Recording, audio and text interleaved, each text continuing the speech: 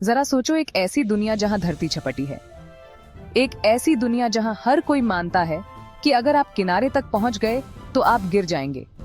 ये एक ऐसी दुनिया थी जहां आकाश और पृथ्वी के बीच की दूरी को समझने के लिए केवल कल्पना का सहारा था, जहां सूरज हमारे चारों तरफ घूमता है।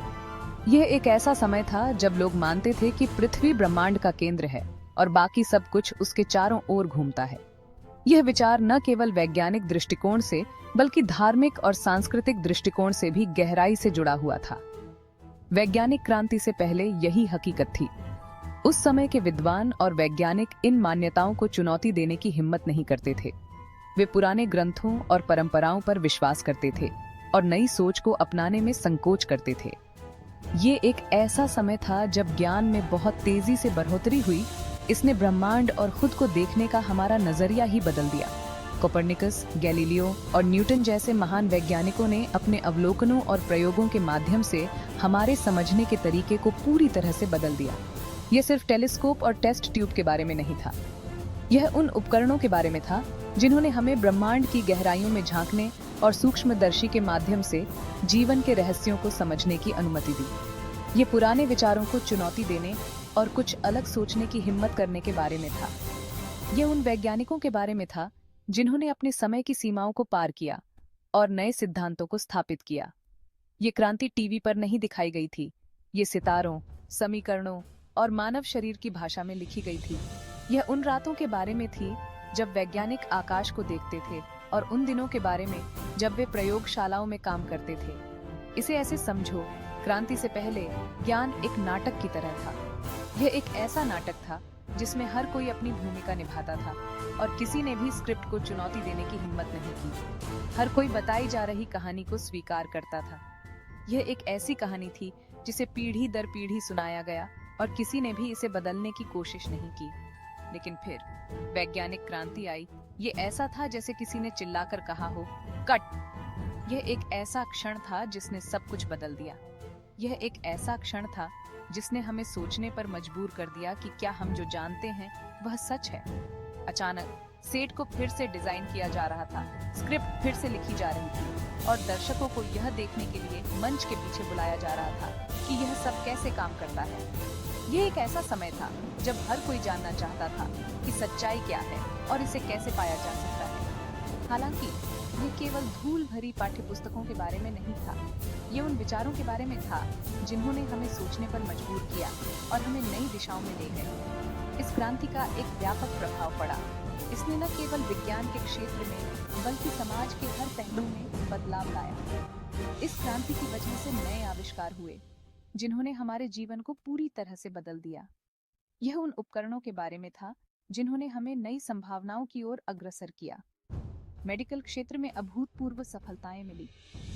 यह उन खोजों के बारे में था जिन्होंने हमें बीमारियों को समझने और उनका इलाज करने में मदद की। और यहाँ तक कि चर्च के अधिकार को भी चुनौती मिली। यह उन संघर्षों के बारे में था जिन्होंने हमें सच्चाई की खोज में आगे बढ़ने के लिए प्रेरित किया। इसके बिना हम अपनी आधुनिक दुनिया की कल्पना भी नहीं कर सकते। यह उन प्रगति के बारे में था जिन्होंने हमें आज की दुनिया में लाया। तो आइए एक सफर पर चलते हैं इस रोमांचक दौर में और मिलते हैं उन विद्रोहियों से जो अपनी दूरबीनों और सिद्धांतों के साथ दुनिया को नए सिरे से देखने की हिम्मत करते थे। यह उन लोगों के बारे में था जिन्होंने हमें सिखाया कि सच्चाई की खोज कभी खत्म नहीं होती। जरा तस्वीर बनाओ, 1500 के आसपास का यूरोप। जिंदगी बहुत अलग थी। ज्यादातर लोग गांवों में रहते थे, खेतीबाड़ी ही मुख्य काम था और चर्च का बहुत ज्यादा दबदबा था। ज्ञान प्राचीन ग्रंथों से आता था जिनकी व्याख्या अक्सर शब्दशः की जाती थी। पृथ्वी ब्रह्मांड का केंद्र थी। सुनने में अच्छा लगता है ना? लेकिन ये सच नहीं है। बात यह है कि इंसान जिज्ञासु प्राणी होता है। हम देखते हैं, हम सवाल करते हैं, हम खोज करते हैं और तब भी चीजें सही नहीं लग रही थीं। खगोलविद ग्रहों की गति को लेकर हैरान थे। डॉक्टर मानव शरीर को समझने के लिए संघर्ष कर रहे थे। पुराने स्पष्टीकरण अब कारगर नहीं हो रहे थे। फिर आया प्रिंटिंग प्रेस। इस आविष्कार ने, जो अपने आप में एक क्रांति थी, विचारों को जंगल की आग की तरह फैला दिया। अचानक ज्ञान अब मठों और विश्वविद्यालयों तक ही सीमित नहीं रहा। लोगों ने पढ़ना, बहस करना और सवाल करना शुरू कर दिया। एक बड़े बदलाव का मंच तैयार हो चुका था। यह तलवारों और ढालों की क्रांति नहीं थी, बल्कि विचारों और अवलोकनों की क्रांति थी। यह अंधविश्वास की जगह सबूतों को और मान्यताओं की जगह प्रयोगों को लाने के बारे में था। और यह सब एक सरल लेकिन क्रांतिकारी विचार से शुरू हुआ। आइए दुनिया को नए सिरे से देखें। हमारी कहानी निकोलस कॉपरनिकस से शुरू होती है, जो एक पोलिश खगोल शास्त्री थे जिन्होंने सचमुच ब्रह्मांड को हिलाकर रख दिया।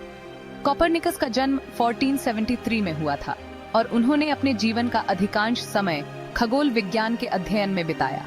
जरा सोचो कितनी बड़ी बात है, सदियों पुरानी इस धारणा को चुनौती देना कि पृथ्वी ही हर चीज का केंद्र है। उस समय यह धारणा इतनी गहराई से स्थापित थी कि इसे चुनौती देना लगभग असंभव माना जाता था। कॉपरनिकस ने वर्षों तक तारों का अध्ययन करने के बाद एक क्रांतिकारी नया विचार प्रस्तुत किया। सूर्य केंद्र में था और पृथ्वी अन्य ग्रहों के साथ उसके चारों ओर घूमती थी।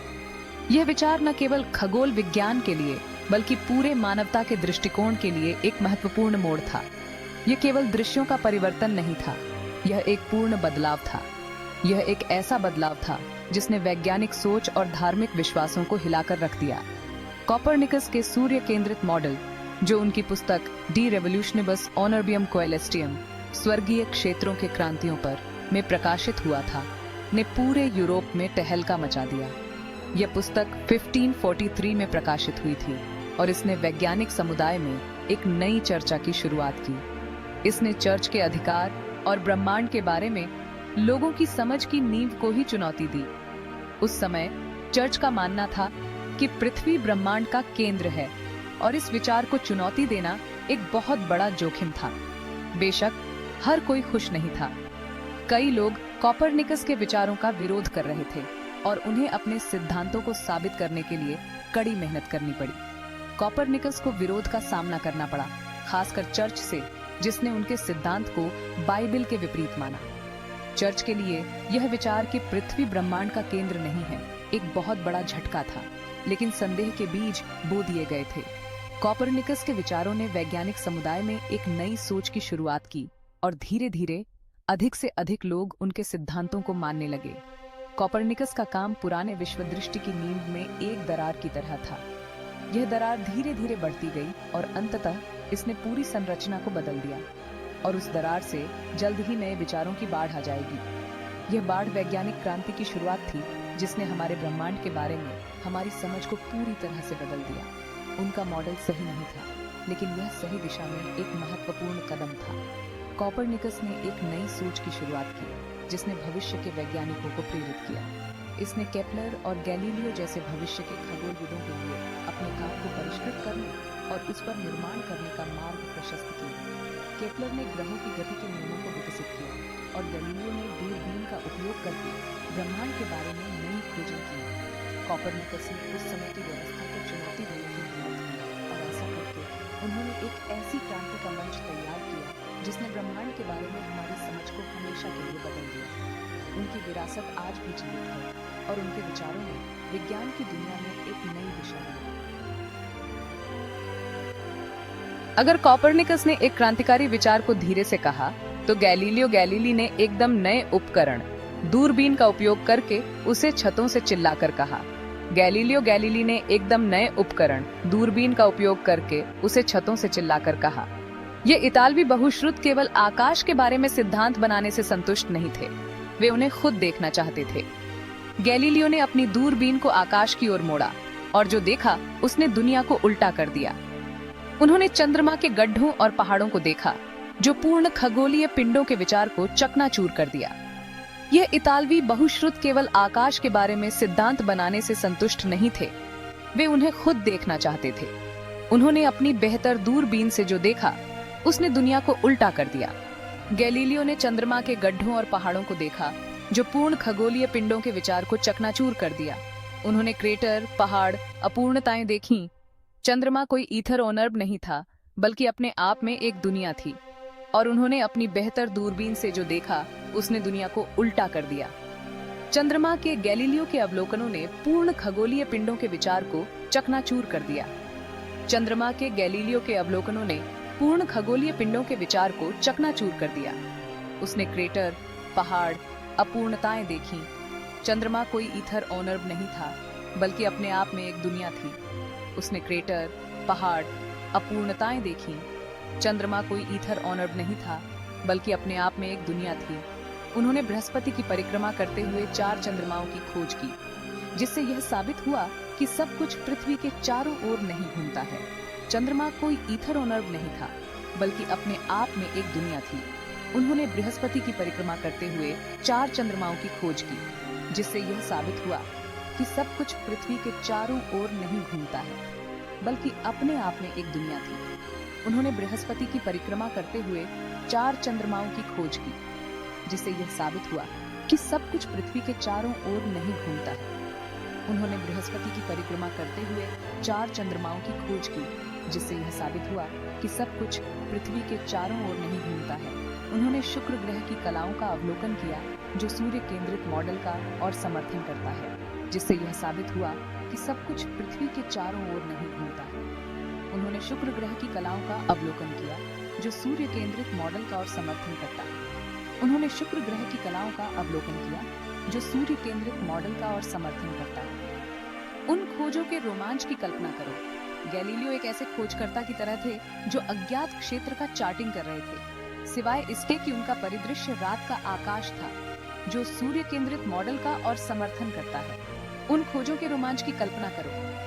गैलीलियो एक ऐसे खोजकर्ता की तरह थे जो अज्ञात क्षेत्र का चार्टिंग कर रहे थे, सिवाय इसके कि उनका परिदृश्य रात का आकाश था। उन खोजों के रोमांच की कल्पना करो। गैलीलियो एक ऐसे खोजकर्ता की तरह थे जो अज्ञात क्षेत्र का चार्टिंग कर रहे थे, सिवाय इसके कि उनका परिदृश्य रात का आकाश था। उनकी पुस्तक सिडेरिस नंसियस स्टारी मैसेंजर में प्रकाशित उनके निष्कर्ष विस्मय और आक्रोश के मिश्रण के साथ मिले थे। गैलीलियो एक ऐसे खोजकर्ता की तरह थे जो अज्ञात क्षेत्र का चार्टिंग कर रहे थे, सिवाय इसके कि उनका परिदृश्य रात का आकाश था। उनकी पुस्तक सिडेरिस नंसियस स्टारी मैसेंजर में प्रकाशित उनके निष्कर्ष विस्मय और आक्रोश के मिश्रण के साथ मिले थे, सिवाय इसके कि उनका परिदृश्य रात का आकाश था। उनकी पुस्तक सिडेरिस नंसियस स्टारी मैसेंजर में प्रकाशित उनके निष्कर्ष विस्मय और आक्रोश के मिश्रण के साथ मिले थे। फिर से चर्च खुश नहीं था। उनकी पुस्तक सिडेरिस नंसियस स्टारी मैसेंजर में प्रकाशित उनके निष्कर्ष विस्मय और आक्रोश के मिश्रण के साथ मिले थे। फिर से चर्च खुश नहीं था। सूर्य केंद्रित सिद्धांत के गैलीलियो के समर्थन के कारण धार्मिक अधिकारियों के साथ संघर्ष हुआ। फिर से चर्च खुश नहीं था। सूर्य केंद्रित सिद्धांत के गैलीलियो के समर्थन के कारण धार्मिक अधिकारियों के साथ संघर्ष हुआ। उनका मुकदमा और उसके बाद घर में नजरबंद करना उन लोगों के सामने आने वाली चुनौतियों की याद दिलाता है, जिन्होंने स्थापित व्यवस्था को चुनौती देने की हिम्मत की थी। सूर्य केंद्रित सिद्धांत के गैलीलियो के समर्थन के कारण धार्मिक अधिकारियों के साथ संघर्ष हुआ।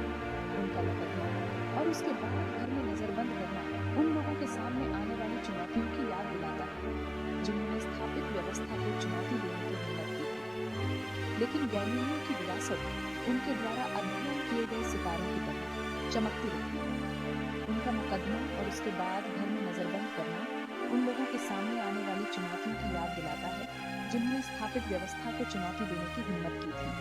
लेकिन गैलीलियो की विरासत उनके द्वारा अध्ययन किए गए सितारों की तरह चमकती रहती है, जिन्होंने स्थापित व्यवस्था को चुनौती देने की हिम्मत की थी।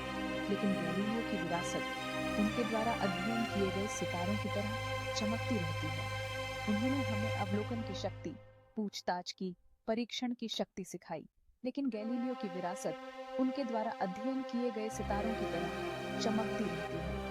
उन्होंने हमें अवलोकन की शक्ति, पूछताछ की, परीक्षण की शक्ति सिखाई। उन्होंने दिखाया कि देखना ही विश्वास करना है, और कभी-कभी ब्रह्मांड में हमारी कल्पना से कहीं अधिक आश्चर्य छिपे होते हैं। उन्होंने हमें अवलोकन की शक्ति, पूछताछ की, परीक्षण की शक्ति सिखाई।